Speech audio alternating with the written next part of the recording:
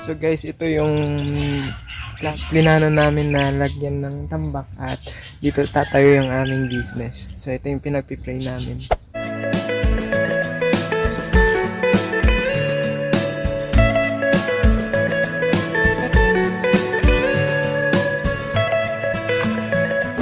So yun na nga mga kuys, nandito tayo sa aming lote at ito na yung aming in-order na bato.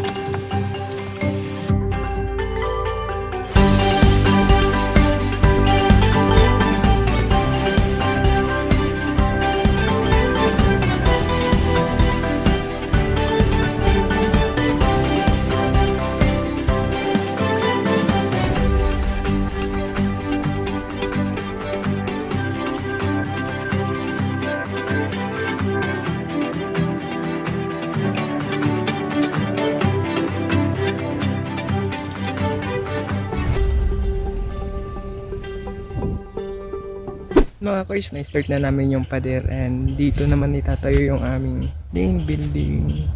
So dyan tatayo yung main building. So yun yung pader, so na-start na.